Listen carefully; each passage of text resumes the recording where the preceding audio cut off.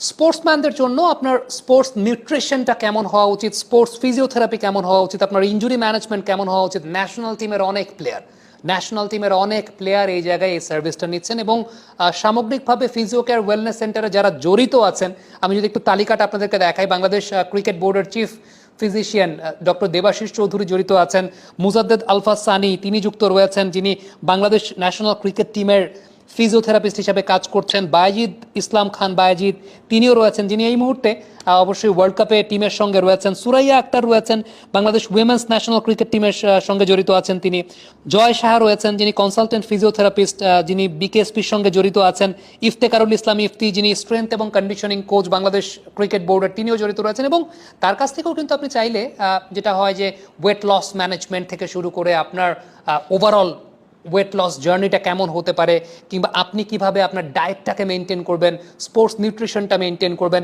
Overall একটা complete package কিন্তু আপনি পেয়ে যাচ্ছেন। এবং আবারও বলছি, নট অনলি যে এলিট স্পোর্টসম্যানরা রয়েছে যারা একটু মিডিওকার লেভেলে খেলছেন, যারা একটু নিচের দিকে খেলছেন, তারাও কিন্তু এই কালচারটা বিল্ড আপ হওয়াটা খুব জরুরি, যে নিজের উপর আপনি ইনভেস্টমেন্টটা কতটুকু করছেন।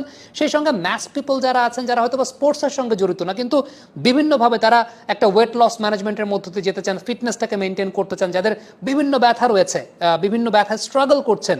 সো এই জায়গাগুলো কিন্তু খুব ইম্পর্টেন্ট, যেটা আমাদের দেশে সত্যিকারের অর্থে এই কালচারটা খুব একটা বিল্ড আপ হয়নি, কিন্তু এই কালচারটা বিল্ড আপ করছে physio care wellness centre. So আশা করছি আপনি, আবারও বলছি, স্ক্রিনে দেখানো নম্বরে যোগাযোগের মাধ্যমে আপনি কিন্তু চাইলেই এই সেবাগুলোকে অ্যাভেল করতে পারছেন। থ্যাংক ইউ ভেরি মাচ আমাদের সঙ্গে এতক্ষণ থাকার জন্য। কমেন্ট বক্সে আপনাদের মন্তব্য মতামত জানতে চাচ্ছি।